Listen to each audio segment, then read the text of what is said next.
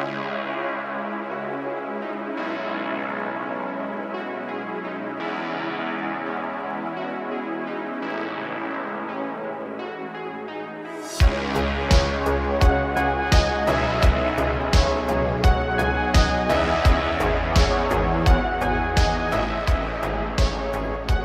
to you from 4,200 feet in the hills of Oregon, it is the voice of Chi-Town, the reddest beard in the high desert, your host of the MOA Broadcast, Sam Wilson. Welcome to the show, folks. Glad to have you along today. We've got a great show lined up, all kinds of good information, a couple of bullet points. Let's get to it. We have yet another Florida man story. Florida is the state that just it is the gift that keeps on giving. I don't know what they do down there, but frankly, I'm kind of starting to like it. They kind of get down, man, and they do whatever it is they're going to do. We've got more subway attacks in New York, the city that is turning itself more and more into the movie Escape from New York every day. Cultured meat. Do you even know what that is? Cultured meat. It's facing more opposition. We're going to get into that later. For once, we encounter a properly prepared hiker. Looking forward to that one. We've also got some listener emails today. Some of you have finally started writing in. Don't forget, if you want to get your questions or comments on the show, info@gearconvoy.com. And finally, did masks really help during COVID? Now, a lot of controversy there, but we're going to just get to the facts. As purported by several clinical studies. So let's get to it. We go first to Tampa, Florida. The headline alone is all you need to know. Florida man accused of setting fire to strip club and throwing urine-filled bottle at cop. I mean, okay, you know what? Let's just get to it. Tampa police said that the gunman fired his weapon multiple times inside the empty Pink Pony Showgirls strip club in Tampa at around 5 a.m. on Wednesday and intentionally set it on fire. Folks, you're in a bad spot if you're showing up with firearms and arson tools to a strip club at 5 a.m. in Tampa, Florida. Let's just get that established right off the bat. The story continues. Cops responded within minutes and apprehended the suspect as he was dragging brush into the burning structure, a Tampa police spokesperson said. Pictures from the scene showed smoke billowing out of the building. Officers say they retrieved a handgun from the suspect they name as Arvin. I can't even pronounce his last name. No disrespect. Allegedly, after he was taken into custody. Tampa police say that when he was in custody, he complained he was thirsty and was given a water bottle by officers. It is alleged he damaged a camera inside the police holding area, urinated in the empty bottle, and threw it at an officer. That is disgusting. Why would you? I mean, clearly this guy's got some stuff going on. I don't know if it's intoxication, some mental issues or whatever, but he urinated in an empty bottle and threw it at an officer. That is disgusting. That is also a felony in most places, by the way.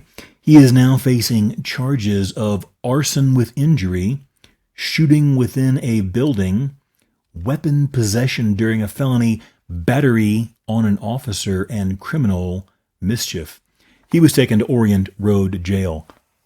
Yeah, I don't even know. I mean, man, what a disgusting thing to do. Can you imagine? You're just doing your job. I don't know how they divide their shifts up there, but at 5 o'clock a.m., I would imagine guys are either just winding down on, guys and gals, winding down on night shift or just getting started on day shift. I don't know how they have their shifts staggered there, but can you imagine you're in the last hour or two of your shift and all of a sudden you've got an arson to deal with, gunshots, and some guy throwing a water bottle filled with urine on you?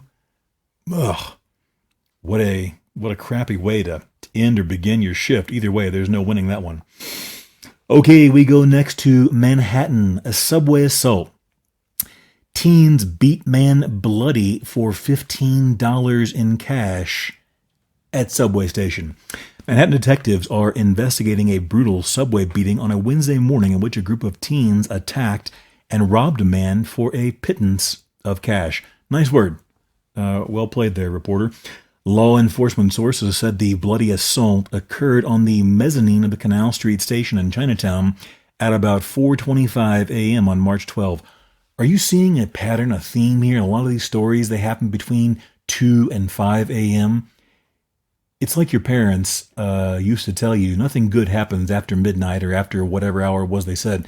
It's basically true. A lot of these stories happened during that time. So what happened? According to police, a group of 6 unidentified teens approached the victim, a 38-year-old man, and went on the attack, punching and kicking him about the body. Following the assault, authorities said the assailants forcibly removed $15 in cash and his debit card from his hand.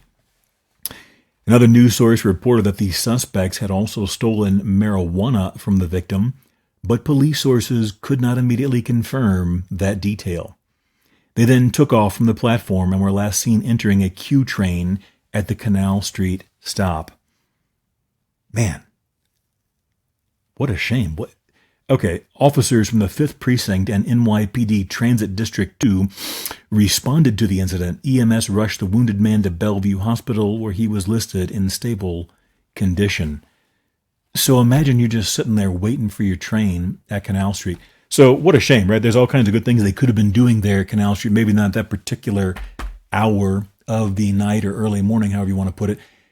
I used to live in New York, and when I would, let's say I took a Saturday and just wanted to go to the city, okay? So if you're not from New York, if you lived in Brooklyn or Queens or wherever, Manhattan was referred to as the city. And you would take, depending on what you wanted to do, let's say I was going to spend a Saturday, I would take the train in there. Canal Street was a great stop. So you're right in the middle, smack dab in the middle of Chinatown, all right? What was the name of the place that we used to go to? So at the time, I was professionally restoring antiques and other pieces of furniture.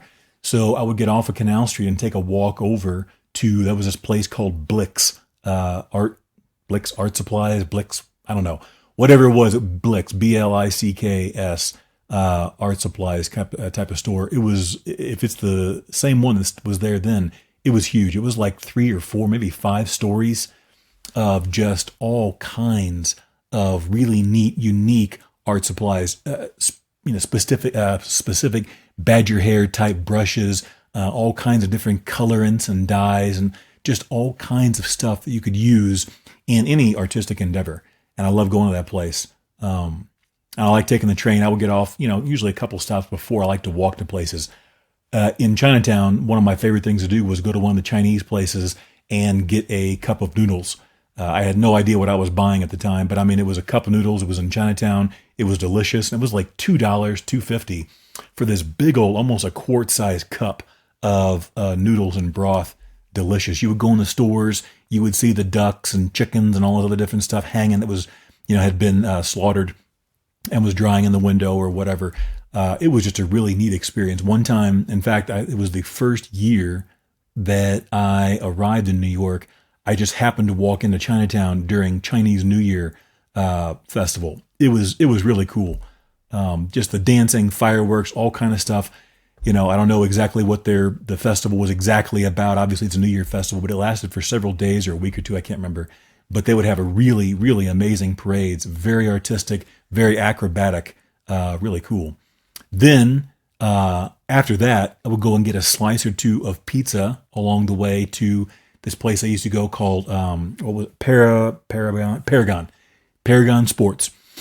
Now, Paragon, I don't know what it's like today, but at the time it was very cool. One of the few places I've ever been that had a substantial collection of custom knives and high-end knives and stuff. Me being a knife maker, I wasn't back then, but I am now. It was of high interest to me. Very cool. So Paragon Sports is really neat. That was one of the first places that I saw several high-end knives that I'd only seen at knife shows before. My dad and me were both knife collectors, so that was really neat to be able to see a place in person. Ironically, all of those knives are probably illegal to carry in New York City now, or maybe they were then, I don't know. But yeah, really interesting. Anyway, before I get off too far off track, that was all if he'd gotten off at the Canal Street station and if these young gentlemen had just gone and seen the sights, all kinds of good things they could have done instead of beating this poor 38-year-old man to a pulp and taking his $15 and allegedly some marijuana. So far, no arrests have been made in the ongoing investigation, police said. Man, what a shame. Crime has always been a problem in New York, any big city. We're not trying to overly pick on any place, but man, the continuing saga of Escape from New York, the movie that has now become a reality in New York City, it shows no signs of slowing down. What an insane place. I can't even imagine living there and working there now. Man, that reminds me. I've said there was six on one, according to this. We don't know exactly up to how many assailants there were. It says 6. There could have been a little more, a little less, whatever, depending on witness statements. I don't know if they pulled surveillance. They probably did.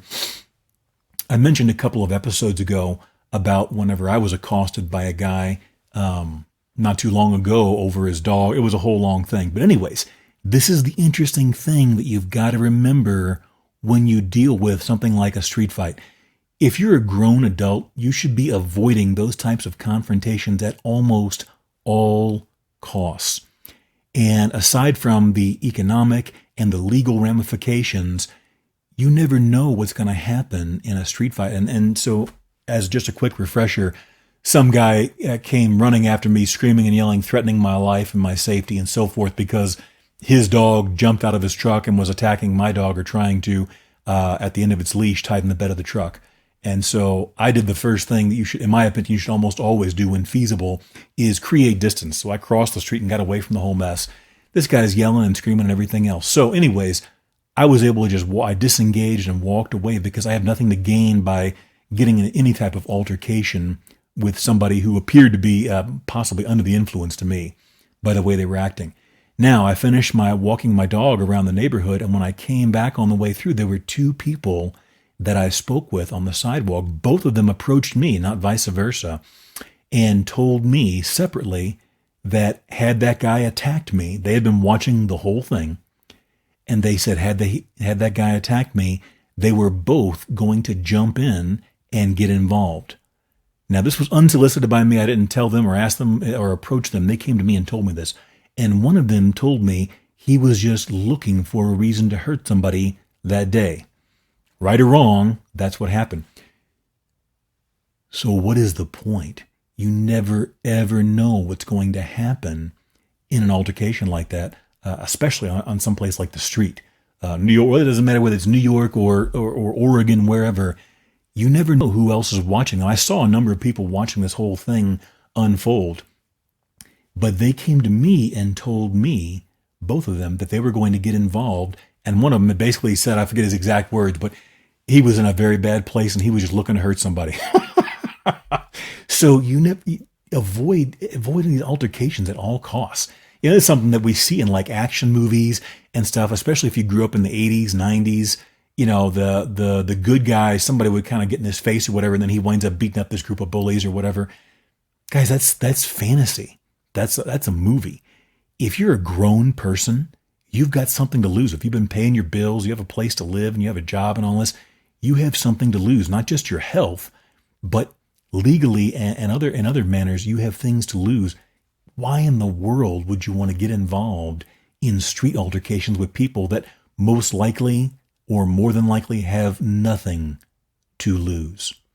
So get out of there. I just thought it was interesting. I don't know if I shared that or not a couple of weeks ago, that both of those guys approached me and told me that they were going to get involved and attack him, not me. They were going to assist me, was their words. Now, would they? Who knows? But that's what they said. And you never know where somebody else, what they're going through, what's going on in their life and where they're at mentally, or whether they're on some sort of substance that would alter their judgment. You never know. So get out of there. You don't want to get into no street fights. This ain't a movie. Okay, here we go. Now, next story. Another state bans lab-grown meat. We go to South Dakota. South Dakota has a new law that will prohibit the use of public tax dollars for researching or purchasing cultivated meats. The representative who sponsored and introduced the bill, HB 1118, if that's how they say it there, in South Dakota's House Agriculture and Natural Resources Committee, was signed into law by Governor Larry Roden and goes into effect July 1. Excuse me a moment. Okay. I had to wet my whistle, pardon me.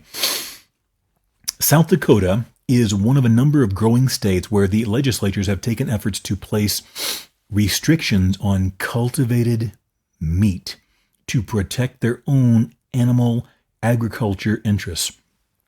Other states to do so include Florida, Alabama, and Nebraska. Now, interesting part.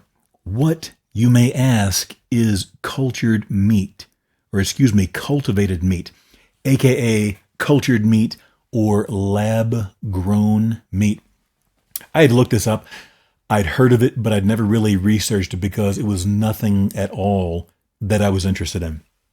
The pictures of it look disgusting. I don't know if those are just images that are put up to discourage people or to, give it a bad rap. I don't know. Maybe it looks very similar to actual meat at some point. I have no idea. All I know is the images that I saw, it looked disgusting. So, cultured meat, also known as lab-grown or cell-based meat, is a form of meat that is produced by cultivating animal cells in a controlled environment outside of a living animal, rather than traditional animal agriculture. How it's made. Scientists take a small sample of cells from a living animal, often muscle cells. These cells are then grown in a laboratory setting in a nutrient-rich environment called a bioreactor. I am not making this up. This sounds like something from The Fly with, the Jeff Goldblum movie. A bioreactor where they grow nutrient-rich meat cells or muscle cells. The cells multiply and differentiate into muscle and fat tissue, forming the meat product. Okay, that sounds disgusting to me. I have less than zero desire to even taste that. Hopefully I haven't already. You never know where this stuff is being put. It could be in some food already that we don't know of, but what on earth? Of course, if you do some research, like I've said before, at the MOA Broadcast here, we're not here to tell you what to think. Sometimes I will share opinions, but when it comes to the news, especially on the political side of things, we're just going to do what the news used to do in the years past, which is present the information. You draw your own conclusions on what you think. That being said, my personal opinion is this sounds disgusting to me. I have less than zero interest or desire into eating something like that, and I can't imagine what the long-term ramifications may or may not be for putting that stuff in your body. What is wrong with just eating regular animals the way we've been doing it for thousands of years? Because, things always get better when we completely ignore a naturally existing product like a cow or pork or chicken and start feeding people a version that is grown in a lab somewhere, cooked up literally in a lab. I can't even imagine. But there's got to be some interesting long-term. I don't know if we have truly long-term results on this yet, but this is what happens when man goes in there and starts messing around with things and says, you know what, we don't like the natural existing version of this that has been around with us for thousands of years or longer. We're going to go produce a version in a laboratory and then feed it to people, and I guess we'll see what happens. Just like butter and margarine, right? When margarine came out, it was supposed to be the greatest thing ever. And now we're learning all kinds of issues with the seed oils and the other things that are involved in the production of margarine. Have you ever tried to feed margarine to an animal? Every time I've ever tried it, they won't even touch the stuff. but my dog and cat both enjoy eating butter. Okay? So take that where you will, but that's my personal experience. They will not touch margarine or foods cooked in some of these oils, but butter they enjoy. Artificial sweeteners. We're not going to have time. I'm going to have to cut all kinds of stuff. We're already running over time with this episode, but let's not forget 2 other products. We're going to get into one of these here in a minute. Sliced cheese products. You all know what these are like when you go to the supermarket and there are these individually packaged in plastic pieces of cheese product. And then coffee creamers. Again, we don't need to reinvent the wheel. What is already existing naturally is almost always, or in many, many cases, better. Coffee creamers, the artificial coffee creamers, look at the ingredients list on these. There's all kinds of ingredients and chemicals you cannot pronounce. What I add to my coffee, you may not have tried that. I started doing this originally in about 2001, is adding butter to my coffee. You may think that sounds weird. I usually drink my coffee black. I don't always take sugar. If I'm going to take sugar in there, I like the sugar in the raw or the turbinado sugar. It's almost like a type of brown sugar. You should try it. It gives a very, very good flavor. I don't really like the flavor of white sugar in coffee, but the raw sugar and the turbinado sugar are both delicious. Okay. Usually, though, I don't add sugar. That's once in a blue moon. But on the first 2 cups of coffee each day, I'll typically add between a teaspoon and a tablespoon of grass-fed butter. You should try it sometime. There's all kind of different recipes and names for this type of coffee, but it's very simple. You just add between a teaspoon and a tablespoon of grass-fed butter. There's almost no ingredients. You're basically, it's milk. It's the fatty portion of the milk is what butter is. It gets churned up, okay, or the cream, however you want to put it. But there's no other stuff added. Whether you use salted or unsalted is up to you. But the grass-fed butter, it adds a creamy flavor to it. My personal experience is it feels like it slows down. I can't be sure, but it feels like it slows down the absorption of the caffeine and whatnot into your system because my stomach doesn't get... I typically drink about a liter of coffee each morning and then more throughout the day. I drink a lot of coffee. Whenever I add the butter to the first couple of cups, my stomach doesn't get upset the way it occasionally does if I just drink straight black coffee on an empty stomach. That being said, the fats and such are supposed to be good for your body for the absorption. Do some research. We don't have time in this episode to get deeply into it. We'll address it again another time. But give it a try. Okay, we have to take a break. When we come back, we've got some fan mail, the plastic sliced cheese and COVID masks. So get ready. We're going to take a break. Don't forget, you want to get your questions or comments on the show, info@gearconvoy.com. More Make It Out Alive with Sam Wilson after this.